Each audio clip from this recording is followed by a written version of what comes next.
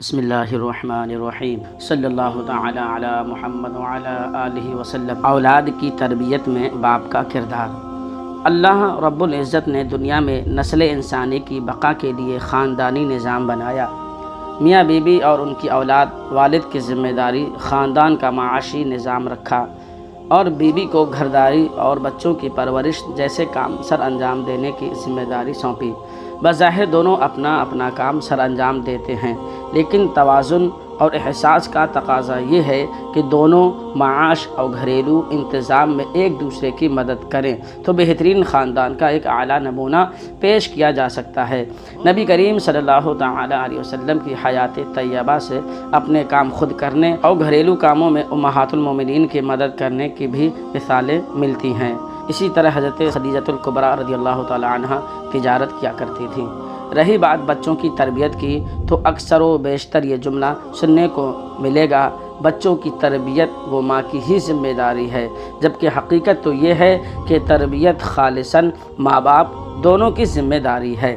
ماں باپ دونوں کو یکساں اور اولین ترجیح بچوں کی تربیت ہے۔ عائلی زندگی اور خاندان کو معاشرتی اکائی قرار دیا جاتا ہے۔ والدین کی اولین ذمہ داری اولاد کی بہترین تربیت ہے، دونوں کو یہ ذمہ داری سنبھالنی چاہیے۔ یہ بات غور طلب ہے کہ اکثر مائیں اس بات سے پریشان ہیں کہ والد بچوں کی تربیت میں ان کا ساتھ بہت کم دیتے ہیں اور بچوں کے ساتھ کم وقت گزارتے ہیں۔ اللہ رب العزت قرآن مقدس میں ارشاد فرماتا ہے، اعوذ باللہ من الشیطان الرجیم، یا ایھا الذین آمنوا قوا انفسکم واہلیکم نارا۔ اے لوگو جو ایمان لائے ہو، بچاؤ اپنے آپ کو اور اپنے اہل و عیال کو اس آگ سے جس کا ایندھن انسان اور پتھر ہیں۔ محترم والد صاحبان کو یہ بات سمجھنی ہوگی کہ تربیت میں ماں باپ دونوں کو ہی اپنا اپنا کردار ادا کرنا ہے۔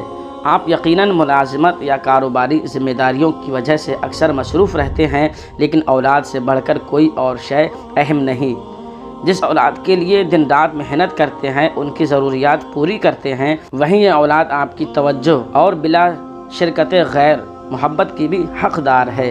آج کل والد اس جانب توجہ نہیں دیتے۔ اپنی اولاد کو وقت ضرور دیں۔ آپ کی بیوی کو بچوں کی تربیت میں آپ کی بھی مدد درکار ہے۔ آپ اپنی بیوی کو عزت دیں گے تو آپ کا بیٹا عورت کو عزت دینا سیکھے گا اور آپ کی بیٹی یہ سیکھے گی کہ وہ قابل عزت ہے۔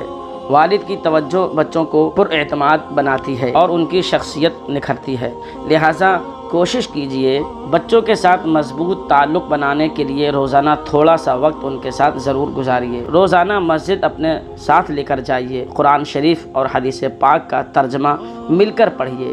ان سے باتیں کرتے ہوئے موبائل استعمال نہ کریں۔ مشفقانہ انداز میں ان کی عمر کے مطابق بات چیت کیجیے۔ بچوں کی بات توجہ سے اور ان کی آنکھوں میں دیکھتے ہوئے سنیے۔ ان کی عمر کے لحاظ سے مل کر کوئی کتاب پڑھیے۔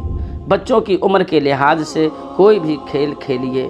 روزانہ والد کے ساتھ کسی ایک موضوع پہ بچوں کی عمر کے مطابق گفتگو کرنے سے نہ صرف بچوں کے علم میں اضافہ ہوگا بلکہ ان کو عمدہ بات چیت کرنے کا ڈھنگ آئے گا۔ سیر و تفریح کے لیے سرسبز اور قدرتی ماحول والی جگہوں کا انتخاب کیجیے۔